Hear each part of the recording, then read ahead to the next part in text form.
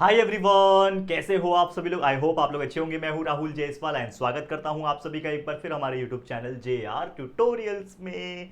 तो दोस्तों, उम्मीद करता हूं आप सभी लोग की स्टडीज जो है वो जबरदस्त तरीके से हो रही है, क्योंकि आपके लिए लगातार रात दिन एक करके हम नए नए वीडियोस भी बना रहे हैं। वैसे तो पूरा सिलेबस आप जानते हो कंप्लीट है। हमारे पहले वाले व्हाइट बोर्ड वीडियोस में पूरा साइंस, पूरा मैथ्स और पूरा सोशल स्टडी सब्जेक्ट ऑलरेडी पढ़ा के रखा है, तो आप प्लीज़ हमारे वीडियोस देख सकते हो और अच्छी तरीके से कंसेप्ट को समझ सकते हो और अच्छे अच्छे मार्क्स एग्जाम में स्कोर कर सकते हो। लेकिन साथ ही में इस साल हमने लगातार आपके लिए काम किया और न्यू वीडियोस बनाए हैं। ठीक है, डिजिटल बोर्ड के ऊपर नए तरीके से आपको सब कुछ पढ़ाया है, ताकि आप लोग की क्वालिटी इस वीडियो की अपग्रेड हो सके और सालों साल हमारे वीडियोस ऐसे ही चलते रहे। तो चलिए वीडियो की शुरुआत करते हैं। जैसे कि आप जानते हैं, अगर मैं बात करूं 8th स्टैंडर्ड की, तो 8th मैथ्स का हमारा चैप्टर नंबर 14 चल रहा था। तो चैप्टर नंबर 14 का नाम है कंपाउंड इंटरेस्ट। तो ऑलरेडी 2 लेक्चर कंप्लीट हो चुके थे। आज 3rd लेक्चर है और आखिरी लेक्चर है, जिसमें हम जो प्रैक्टिस सेट नंबर 14.2 के जो बचे हुए एग्जांपल्स है उसको सॉल्व करेंगे। आपको याद होगा कि फर्स्ट लेक्चर में हमने डिस्कस किया था कि what do you mean by compound interest. ठीक है ना, आपने नॉर्मल इंटरेस्ट तो सिंपल इंटरेस्ट तो सुना था, लेकिन कंपाउंड इंटरेस्ट क्या था वो हमने आपको समझाया, उसके बेस पे कई सारे एग्जांपल्स कराए। सेकंड लेक्चर में हमने शुरू किया था वर्ड प्रॉब्लम, जो कि 14.2 प्रैक्टिस सेट के ऊपर बेस्ड था, और उसके कुछ एग्जाम्पल सॉल्व कराए थे, 4 एग्जाम्पल।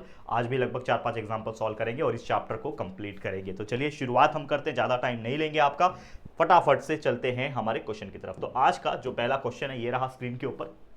क्वेश्चन अगर आप रीड करो, सबसे पहले एक काम हमेशा करना जिंदगी में, जब भी आप क्वेश्चन पेपर देखोगे तो क्वेश्चन को रीड बहुत अच्छे से करना होता है। क्वेश्चन अगर आप समझ पा रहे हो कि क्या है, क्या पूछा है, तो आप आराम से कोई भी क्वेश्चन को सॉल्व कर पाओगे। ठीक है, तो स्क्रीन के ऊपर आप देख पा रहे हो क्या बोल रहा है, find the compound interest if the amount of a certain principal after 2 years is this.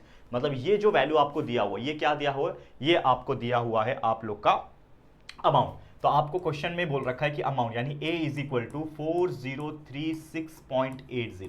This is the amount, यानी कि एक अमाउंट है, इतना हमको दिया हुआ है। हमें पूछा है कंपाउंड इंटरेस्ट फाइंड करो, यानी CI, जिसको हम कंपाउंड इंटरेस्ट बोलते हैं, is equal to question mark जो है वो लिख दो। क्या बोल रहा है, if the amount of a certain principal. Certain principal यानी प्रिंसिपल मुझे पता नहीं है, तो आप मुझे प्रिंसिपल नहीं पता, मतलब P is equal to question mark है।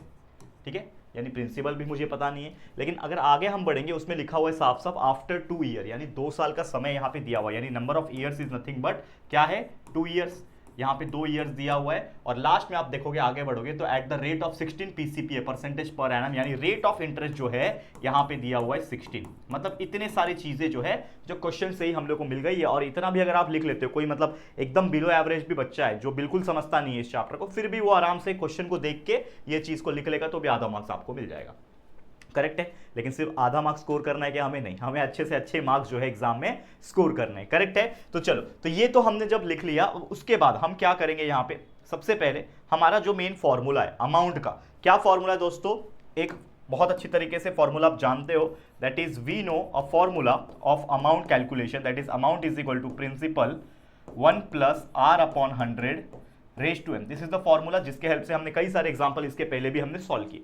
तो यहां पे मुझे अमाउंट पता है जो कि है 4036.80, ये मुझे पता है, लिख दिया। उसके जगह पे P मुझे पता नहीं है, 1 + R, R मुझे पता है, रेट ऑफ इंटरेस्ट 16 है, अपॉन 100 हो जाएगा, और रेज टू n यानी रेज टू 2, n की जगह पे 2 आ जाएगा। करेक्ट, ये मैंने लिख दिया। अब इसको चलो सॉल्व करते हैं, आपके सामने हम लोग क्या करेंगे, इसको सॉल्व करेंगे। चलो, ये जो है वैल्यू दिया हुआ है, इसको फिलहाल मैं कुछ करूंगा नहीं, एज इट इज रखूंगा, जो कि है 4036.80 इज इक्वल टू क्या है, P। क्या है, P, तो लिख दो यहाँ पे P ब्रैकेट में। अगर आप देखोगे 1 + 16/100 है, ये 100 क्रॉस मल्टीप्लाई हो सकता है, तो 100 × 1 इज 100, 100 + 16 इज 116, यानी कि 116/100 हो जाएगा, बराबर 116/100। और इसका क्या हो रहा है दोस्तों, स्क्वायर हो रहा है। क्या हो रहा है, स्क्वायर हो रहा है। तो यहाँ पे अगेन एक स्टेप और बढ़ेगा, 4036.80 इज इक्वल टू P। अगर आप देखोगे तो 116/100 का स्क्वायर है, तो इसको मैं 2 बार लिख सकता हूँ, यानी P × 116/100 एक बार लिखा, वापस से 116/100 एक बार लिखा, क्योंकि क्या है, ये इसका स्क्वायर है, मतलब 2 बार हम लोग लिख सकते हैं। ठीक है, अब मैं क्या कर सकता हूँ इसमें, अगर आप देखोगे कुछ कैंसल आउट हो सकता है क्या, 116 और 100 के बीच में अगर आप देखोगे 4 के टेबल में जा रहा है क्या, देखो 4 2 8 होता है, 4 9 36, मतलब 4 2 8, 11 में से 8 गया, 3 बचा, और 6 36, तो 4 9 36, बराबर। वैसे ही 4 के टेबल में 4 2 8, 4 9 36, 4 के टेबल में 4 2 8 और 4 5 20, 4 25 100 होता है, यहाँ पे भी 4 25/100, मतलब हमने ऊपर नीचे को 4 4 से कट किया, यहाँ पे भी 4 4 से कट किया, तो हमारे पास वैल्यू क्या बच जा रहे हैं, अगर आप देखोगे तो हमारे पास वैल्यू बच जा रहे हैं 4036.80 is equal to P multiply by ऊपर 29/25 बच गया, मल्टीप्लाई बाय यहाँ पे भी 29/25 बच गया। ठीक है, अब मुझे p का वैल्यू निकालना है। Obviously principal we have to calculate. तो ये नीचे जो 25/25 है इसको इसके पास अगर मैं भेज दूं तो क्या हो जाएगा, देखो ये 4036.80 मल्टीप्लाई बाय ये 25 ऊपर उठ के आ जाएगा, ये डिवाइड में है ना, इधर आएगा तो मल्टीप्लाई में हो जाएगा, ये भी 25 डिवाइड में है, इधर आएगा तो क्या हो जाएगा 25 हो जाएगा, इज इक्वल टू क्या हो जाएगा p है इधर पे, इज इक्वल टू p। लेकिन मल्टीप्लाई में 29 है, मल्टीप्लाई में 29 है, इस 29 दोनों को उठा के इसके पास भेजना है, तो इक्वल के इस साइड जाएगा तो ये दोनों 29 नीचे आ जाएंगे, यानी डिवाइड में आ जाएंगे। तो डिवाइड में 29 मल्टीप्लाई बाय 29 आ गए। ठीक है, अब बस आपको कैलकुलेट करना है, सॉल्व करना है और आपका आंसर निकाल देना है। चलो, आपको पता है अगर मैं ऊपर सभी वैल्यू को मल्टीप्लाई करूंगा तो कितना वैल्यू आएगा, अगर आप देखोगे 25 ऐसा होता है, 25 का स्क्वायर 625 होता है, तो यानी 4036.80 को अगर मैं मल्टीप्लाई कर दूं, मतलब 25 का स्क्वायर कर दूं, 25 × 25 625 आ जाएगा, और नीचे 29 × 29 अगर आप करना चाहते हो तो वो भी आप कर सकते हो, कोई दिक्कत की बात नहीं है। करके देख लो साइड में, 29 मल्टीप्लाई बाय 29, 9 9 81, 8 कैरी, 9 2 18 और 8 26, 0 2 9 18, 1 कैरी, 2 2 4 और ये 5 1 4 8 841 आ जाएगा। तो नीचे आ जाएगा आपका 841 बस। ठीक है, समझ में आ रहा है, क्लियर। तो ये हो गया आपका इज इक्वल टू पी, या फिर आगे लिख दो p इज इक्वल टू, ठीक है, इज इक्वल टू पी या फिर p इज इक्वल टू हमने सीधा करके लिख दिया। अब ये आपको 4036.80 को 625 से मल्टीप्लाई करना है, कुछ वैल्यू आपको मिलेगा। तो चलो एक नया वैल्यू ले लेते हैं हम लोग, सॉरी नया पेज ले लेते हैं। तो हमारा p इज इक्वल टू क्या आ जाएगा, देखो क्या था 4036.80 था, इसको मैं मल्टीप्लाई करना है 625 के साथ, करेक्ट।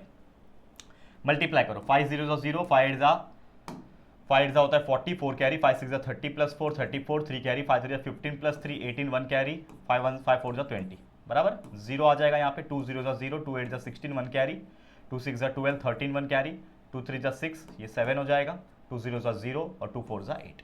ठीक है, यहाँ पे 2 0 आ जाएगा, फिर 6 के टेबल में 6 0 0, 6 8 48, 4 कैरी, 6 6 36 + 4 40, 0 4 कैरी, 6 3 18 + 4 22, 2 कैरी, यहाँ पे 2 आ जाएगा और 6 4 24। तो अगर आप देखोगे तो ये 0 6 + 4 10 का 1 कैरी हो जाएगा, 8 3 12, सॉरी 8 8 16 + 3 19 + 1 20, 2 कैरी, 7 8 9 10 का 0 1 कैरी, ये 3 हो जाएगा। ठीक है, और ये 2 + 2 4 + 8 12 का 2 1 कैरी, और ये हो जाएगा 2। तो 2 5 2 3 और इतने सारे 0, और लास्ट में 2 नंबर के बाद पॉइंट है, मतलब 1 2 के बाद पॉइंट है, तो यहाँ पे आ जाएगा पॉइंट। तो हमारा आंसर आ रहा है ऊपर की तरफ, जो कि है 2 5 2 3 0 0 0 होल डिवाइडेड बाय कितना है नीचे 841 बराबर। समझा, ये चीज हमने बस रफ में किया। अगर आप इस चीज को रखना चाहते हो यहाँ तो इसको साइड में कर सकते हो कि हमने मल्टीप्लाई करके दिखाया है आप लोग को। ठीक है, कैसे किया। तो हमारे पास ये वैल्यू आ गया p is equal to, correct है कि नहीं, बहुत ईजी है बच्चा, बस आपको सॉल्व करने आना चाहिए और कुछ नहीं। तो फाइनली हमारा जो प्रिंसिपल अमाउंट का जो वैल्यू आ जाएगा, ठीक है, वो कैलकुलेट कर लो फटाफट से, क्या आ जाएगा, कर लो, सॉल्व कर लो। अभी देखो ये 2523,000, इसको 841 से हम डिवाइड करेंगे। ठीक है, तो चलो मैं फटाफट से डिवाइड करके दिखाता हूँ आप लोगों को, बस एक सेकंड रुक जाओ। ठीक है, कितना है 2523,000 डिवाइड बाय 841। तो हमारा मल्टीप्लिकेशन करने के बाद कितना आ गया, देखो यहाँ पे।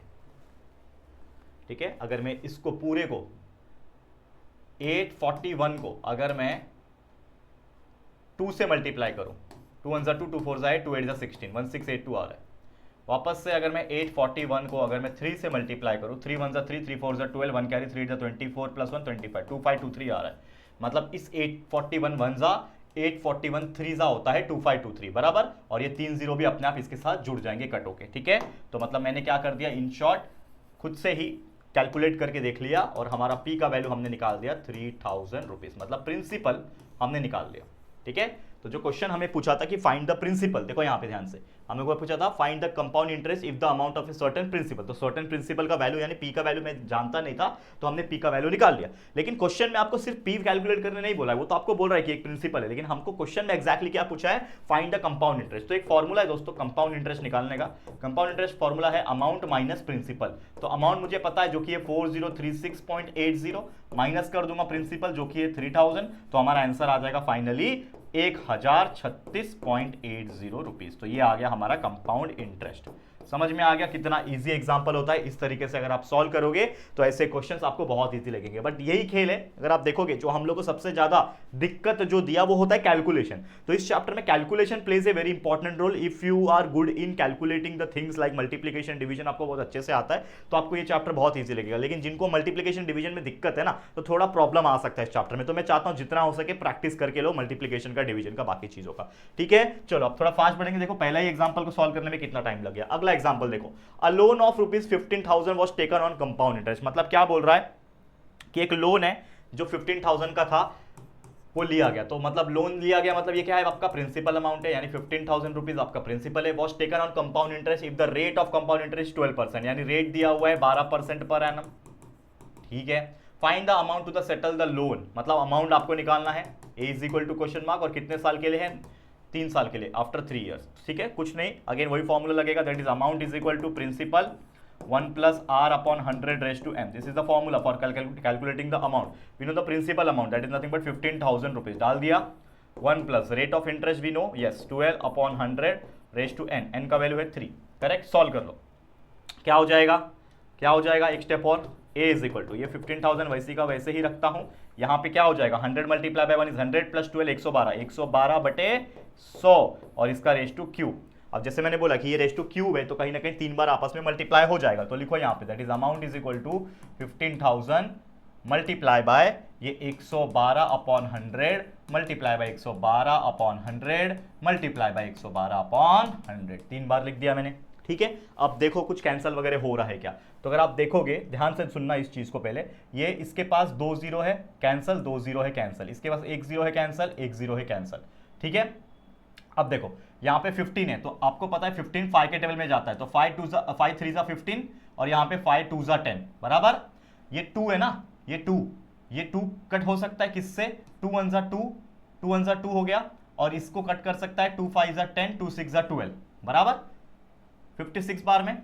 अब यहाँ पे देखो ये 100 बचा, नीचे और कुछ नहीं बचा, सिर्फ ये बच रहा है 100। तो आपको पता है कि 2 के टेबल में अगेन ये कट होएगा, या फिर 4 के टेबल में भी कट होगा। 4 के टेबल में आप देखोगे तो 4 25 100 होता है, और 4 के टेबल में 4 2 8 होता है, और 4 8 32 होता है। ठीक है, 25 बच रहा है, 5 से कट होगा, कुछ नहीं होगा, छोड़ दो, फिलहाल के लिए छोड़ दो। तो क्या बच रहा है, अगर आप हाँ देखो ऊपर 3 आ रहा है ना, ऊपर 3 कट करेगा क्या, 25 को नहीं कट करेगा, मतलब जो बच रहा है वो लिख दो। तो ए इज इक्वल टू ईमानदारी से जो भी कैंसिल हुआ उसको छोड़ दो, जो बच रहा है वो लिखो। तो यहाँ पे 3 बच रहा है ऊपर, मल्टीप्लाई बाय ऊपर क्या बच रहा है 56, यहाँ पे 112 को कुछ नहीं किया, 112 मल्टीप्लाई बाय 28। ठीक है, और फुल नीचे क्या बच रहा है, यहाँ पे कुछ कैंसल आउट होके कुछ नहीं बचा, यहाँ पे सिर्फ बच रहा है 25। करेक्ट, इतना ही चीजें बच रही है। अब देखो क्या कर सकते हो आप, ऊपर वाले सभी वैल्यू को मल्टीप्लाई आपस में कर लेते हैं तो वैल्यू आ जाएगा, अमाउंट का वैल्यू आ जाएगा। तो चलो ठीक है, देखो कैलकुलेशन करना इज योर रिस्पॉन्सिबिलिटी, मैं भी करके दिखा सकता हूँ, ऐसी बात नहीं है, लेकिन मैं चाहता हूँ कि ज्यादा टाइम बचे हम लोग का, तो आप कर लो। मैं कैलकुलेटर का यूज करके फटाफट से कैलकुलेट करके बता देता हूँ, ठीक है, क्योंकि मैं अपने हाथ से करूंगा बहुत ज्यादा टाइम लग जाएगा। तो ऊपर वाले सभी वैल्यू को आपको मल्टीप्लाई करना है। 3 को पहले 56 से मल्टीप्लाई कर लो, उसके बाद उसको जो भी वैल्यू आएगा 112 से मल्टीप्लाई कर लो, उसके बाद जो भी वैल्यू आएगा उसको 28 से मल्टीप्लाई करो। तो 526848 आया, 848। ये ऊपर का वैल्यू जितने भी थे मैंने आपस में मल्टीप्लाई किए, वो आप लोग कर लेना। ठीक है, देखो साइड में करना, मैं भी करा सकता हूँ, ऐसी बात नहीं, मल्टीप्लिकेशन तो इजी है, लेकिन यहाँ पे हम जब खुद से मैं अगर करने लगूंगा तो ये वीडियो लंबा हो जाएगा। तो ये तो आप समझ सकते हो ना कि हम टाइम बचाने के लिए आप लोग का ये चीज कर सकते हैं। और नीचे है डिवाइड बाय 25, अब इन दोनों को 25 से डिवाइड कर दो। तो 526848 को मैं क्या करूंगा, डिवाइड करूंगा 25 से। ठीक है, क्या करूंगा, 25 से इसको डिवाइड करूंगा।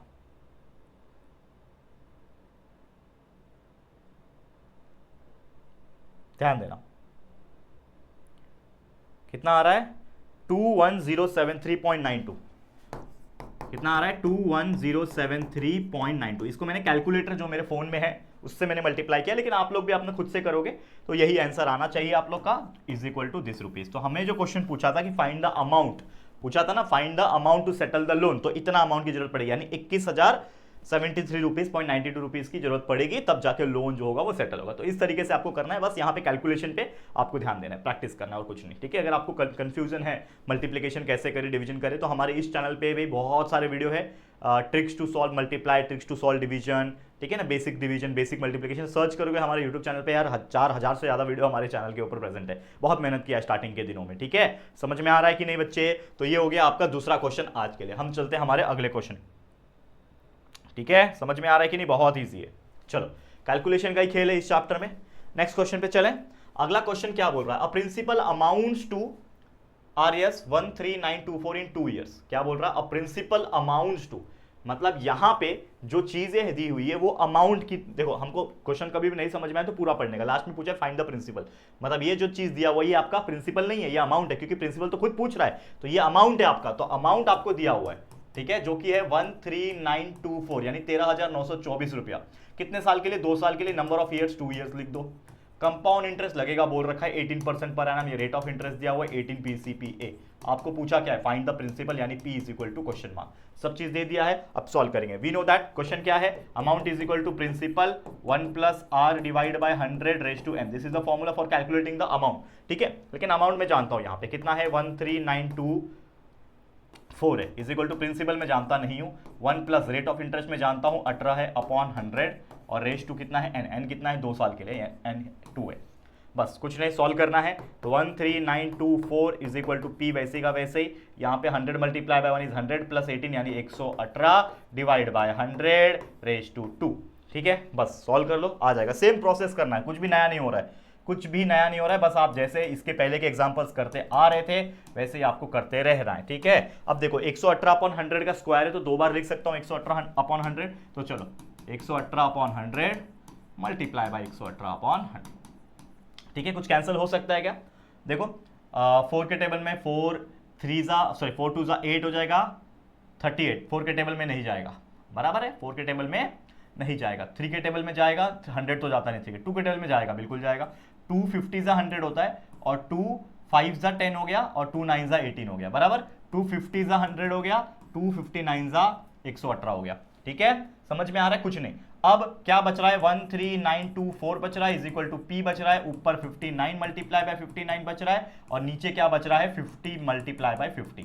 मुझे P का वैल्यू चाहिए, तो इस 50 बाय 50 को अगर मैं उधर भेज दूंगा तो मल्टीप्लाई में चला जाएगा, ये नीचे है ना, ये लाइन का मतलब क्या है? डिवीजन में, तो ये डिवीजन में है, अगर मैं इसको इक्वल के उस साइड भेजूं तो मल्टीप्लाई में आ जाएगा, तो 13924 ये 50 मल्टीप्लाई बाय 50 उसके साथ में मल्टीप्लाई में आ जाएगा, इज इक्वल टू P उधर अकेला रहेगा, ये 59 मल्टीप्लाई बाय 59 P के साथ क्या है? मल्टीप्लाई में है, तो 59 मल्टीप्लाई 55 उसके नीचे आ जाएगा, यानी नीचे आ जाएगा इसके 59 मल्टीप्लाई बाय 59। बस आपको सॉल्व करना है, आपका आंसर आ जाएगा। तो ऑलरेडी मैं आंसर लिख के रखा हूं, बस आपको ऊपर के वैल्यू सभी वैल्यू को मल्टीप्लाई करना है, एक वैल्यू मिलेगा, नीचे 59 बाय 59 आएगा। तो मैं आपको बता देता हूं कि क्या वैल्यू आ रहा है, मैं कैलकुलेटर खोल रहा हूं, क्योंकि देखो मैं चाहता हूं कि आपका समय बचे और कुछ नहीं, ठीक है। तो 13924, ठीक है, मल्टीप्लाई बाय 50 मल्टीप्लाई बाय 50, तो ऊपर जो आ रहा है 348 10,000, 348, ठीक है, ये आ गया ऊपर का वैल्यू, और 59 को अभी आपस में मल्टीप्लाई कर लेता हूं फटाफट से। चलो मेरे पास है कैलकुलेटर, 59 मल्टीप्लाई बाय 59 किया 3481 आ रहा है, 3481 आ रहा है। तो अगर आप देखोगे तो 3481 3481 1 और आगे 4 जीरो लगा दो, 1 2 3 4, तो देयरफॉर हमारा प्रिंसिपल का वैल्यू आ गया कितना? 10,000 रुपीज। यही आपका प्रिंसिपल है और यही आपका फाइनल आंसर है। तो इस तरीके से जो क्वेश्चन हमें पूछा था फाइंड द प्रिंसिपल, वो हमने आसानी से, अगर आप देख पा रहे हो, बहुत ही आसानी से हमने क्या कर दिया है बच्चा? कैलकुलेट करके दिखा दिया है। कितना आ गया प्रिंसिपल का वैल्यू? 10,000 रुपीज। तो बस कैलकुलेशन पे ध्यान रखना आप, क्योंकि एग्जाम में तो कैलकुलेटर मैं जैसा यूज कर रहा हूं मोबाइल मेरा, आपको तो अलाउ नहीं है, तो आपको ये हैबिट डालनी पड़ेगी कि भाई इसको इससे मल्टीप्लाई किया, फिर जो वैल्यू मिला फिर इससे मल्टीप्लाई किया, एक वैल्यू ऊपर मिलेगा, फिर नीचे इन दोनों को मल्टीप्लाई किया, एक वैल्यू मिलेगा, डिवाइड किया, आ गया आंसर। तो इस तरीके से आपको ध्यान देना है कैलकुलेशन पे। समझ में आ रहा है कि नहीं? लाइक मारते जाओ अगर समझ में आ रहा है तो। चलो एक आखिरी क्वेश्चन है, क्वेश्चन नंबर 8, इसको करा दूंगा और बाकी के जो 2 रिमेनिंग एग्जांपल है वो आपके लिए होमवर्क, ठीक है। चलो क्या बोल रहा है, the population of A suburb is 16,000, मतलब यहां पे क्लियर कट बोल रखा है कि यहां पे पॉपुलेशन वाला चैप्टर है, सॉरी पॉपुलेशन वाला चीजें हैं। तो यहां पे जो सबर्ब का पॉपुलेशन है उसको 16,000 मान के रखा है, मतलब ये मेरे लिए क्या है, पॉपुलेशन जो है, पॉपुलेशन ऑफ सबर्ब, यानी सबर्ब मतलब क्या होता है मालूम है, एक ऐसा जगह जहां पे पॉपुलेशन काफी ज्यादा होता है, जैसे शहर से थोड़ा सा नजदीक में, ठीक है। तो population of A suburb is nothing but, इसको मैं प्रिंसिपल मान लेता हूं, पी मान लेता हूं, जो कि है 16,000, ठीक है। Find the rate of increase in the population, यानी रेट निकालना है, R is equal to question mark, if the population after 2 year is 17,640, मतलब आपको बोल रहा है कि 2 साल के बाद, यानी n is equal to 2, n is equal to 2 आपको दिया है, मतलब 2 साल के बाद वाली चीजें दी हुई है, करेक्ट है। और यहां पे पॉपुलेशन जो है वो बढ़ गया 2 साल के बाद, कितना हो गया, 17,640। तो आपको पता है कि जब मैं पैसा बैंक में रखता हूं 2 साल के बाद, जब पैसा पूरा मतलब बढ़ जाता है, तो कुल मिला के जो पैसा होता है उसको हम लोग क्या बोलते हैं, अमाउंट बोलते हैं। वैसे इसी प्रकार जब पॉपुलेशन पहले इतना था 16,000 था, लेकिन 2 साल के बाद 16,000 का जो पॉपुलेशन था वो बढ़ के कितना हो गया, 17,640 हो गया। तो मतलब वो 17,640 क्या है, वो अमाउंट है। तो 17,640 जो है वो आपका अमाउंट है। अब सेम फॉर्मूला लगेगा, amount is equal to principal 1 plus R upon 100 raise to n। इसमें सेम अमाउंट का वैल्यू मैं जानता हूं जो कि है 17640 इज इक्वल टू पी का वैल्यू भी जानता हूं जो कि है 16,000। 1 प्लस आर का वैल्यू इस बार पता नहीं है मुझे, 1 plus R upon 100 raise to n, n का वैल्यू है 2, ठीक है। यहां तक आपको क्लियर हो गया होगा, ठीक है, कोई दिक्कत, कोई भी परेशानी यहां तक नहीं हुई होगी, समझ में आ रहा है। चलो अब कैसे सॉल्व करें इस चीज को, हम कैसे सॉल्व करें, चलो ध्यान देंगे। अब यहां पे थोड़ा सा ऐसा एग्जांपल शायद आपने पहले नहीं देखा था कि जिसमें आर ही ना दिया हो, आर निकालना है। तो अगर आप देखोगे तो मुझे आर नहीं पता तो मैं कुछ क्रॉस मल्टीप्लाई नहीं कर सकता, फिलहाल मैं इसको मैं छोड़ देता हूं। अगर मैं इसको छोड़ रहा हूं तो ये जो 16,000 है, बताओ मुझे 16,000 इस ब्रैकेट के साथ क्या है, मल्टीप्लाई में है ना ऑब्वियसली। तो 16,000 को अगर मैं इसको इक्वल के इस तरफ भेजूंगा तो क्या हो जाएगा, डिवाइड में आ जाएगा। तो यहां पे जो 17,640 इस तरफ लिखा हुआ था, ठीक है, इज इक्वल टू ये था 16,000, तो ये जो इधर पे 16,000 था वो इधर आ जाएगा, दैट इज डिवाइड में आ जाएगा 16,000। क्यों आया पता है ना, क्योंकि अगर मैं इसको इधर भेजना चाहता हूं तो ये जो मल्टीप्लाई में है वो इधर आके डिवाइड हो जाता है। मैंने पहले आपको बताया था, कोई भी चीज नंबर्स जब इक्वल के उस साइड जाते हैं तो multiply become divide, divide become multiply, plus become minus, minus become plus, ठीक है, समझ में आ रहा है, ठीक है कि नहीं। तो यहां पे इन दोनों का हो गया डिवाइड, अब इधर पे इक्वल की इस तरफ ये हट गया तो क्या बचेगा, सिर्फ ये बचेगा जो कि हो जाएगा 1 plus R upon 100 raise to N, मतलब रेज टू स्क्वायर, इतना ही बचा।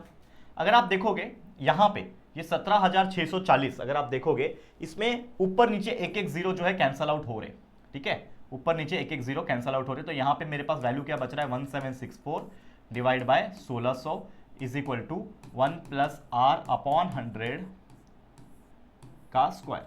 और अगर आप ध्यान से देखोगे तो ये 1600 जो है ना, ये 40 का स्क्वायर है, ये 1640 का स्क्वायर है, और उसी प्रकार ये जो 1764 है ये 42 का स्क्वायर है शायद। तो करके देख लेते हैं। अगर आप देखोगे 42 को मैं 42 से मल्टीप्लाई करूं, 2 2 4 होता है, 2 4 8 होता है, 0 4 2 8 होता है, 4 4 16 होता है, बराबर। 4 8 8 16 का 6, 1 कैरी 7 हो गया, 1764। यानी मुझे पता है, पता चल गया वैसे तो देख के ही कि ये 1764 किसका स्क्वायर है, 42 का स्क्वायर है। यानी इसको मैं ऐसा लिख सकता हूं, 42 का स्क्वायर होल डिवाइडेड बाय 1600, तो मैं जानता हूं क्योंकि 16 4 का स्क्वायर है, तो वैसे 1640 का स्क्वायर होगा, तो ये हो जाएगा 40 का square is equal to 1 plus R upon 100 raise to 2। समझा यहां तक, कोई दिक्कत, यहां तक कोई दिक्कत नहीं।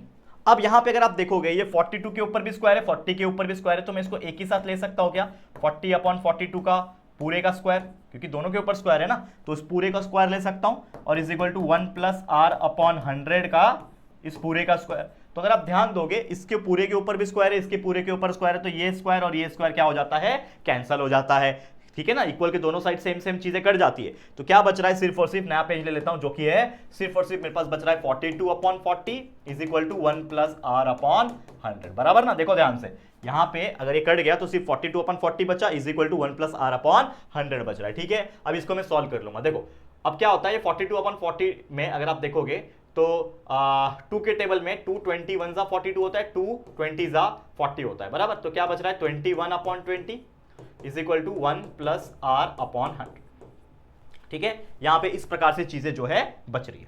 करेक्ट है, करेक्ट है कि नहीं, बताओ मुझे। ठीक है, अब मुझे ये 1 जो है यहां पे नहीं चाहिए, तो 1 प्लस के प्लस में है, 1 जो है r अपॉन 100 के प्लस में है, तो 1 को उधर भेज दूंगा, तो 21 अपॉन जो 20 था, ये 1 इसके पास आ जाएगा, तो -1 हो जाएगा, और उधर पे अकेला बच जाएगा r अपॉन 100। अब बताओ, इसको सॉल्व करूंगा मैं, तो 21 minus 20 multiply by 1 is 20, cross multiplication हो गया, is equal to r upon 100 आ गया। ठीक है, सॉल्व करेंगे, चलो 21 में से 20 माइनस होगा, तो क्या बचेगा, 1 बचेगा, अपॉन 20 बचेगा, is equal to r upon 100 बचेगा। ठीक है, यही बच रहा है, सॉल्व हो जाएगा, क्रॉस मल्टीप्लीकेशन 1 मल्टीप्लाई बाय 100 हो जाएगा, क्रॉस मल्टीप्लीकेशन में r मल्टीप्लाई बाय 20 हो जाएगा। करेक्ट है, तो देयरफॉर अगर मुझे r का वैल्यू चाहिए तो ये 1 मल्टीप्लाई बाय 100 100, और r के साथ जो 20 मल्टीप्लाई में है उसको उस तरफ भेजूंगा तो डिवाइड में आ जाएगा, 0 0 कैंसिल, 2 1 2, 2 5 10 बराबर। तो देयरफॉर रेट ऑफ इंटरेस्ट का जो वैल्यू आ गया 5 आ गया। और ऑब्वियसली रेट ऑफ इंटरेस्ट को हम लोग क्या लिखते हैं, परसेंट पर एनम, पीसीपीए लिखते हैं, लेकिन यहाँ पे अगर आप ध्यान दोगे तो हमको ऐसा पैसे का नहीं पूछा, हमको पूछा है कि find the rate of increase in the population. तो आर का वैल्यू हमने निकाल दिया 5%, ठीक है 5%। तो मैं ऐसा बोलूंगा इसको कि therefore the rate of increase in population, rate of increase in population is 5%।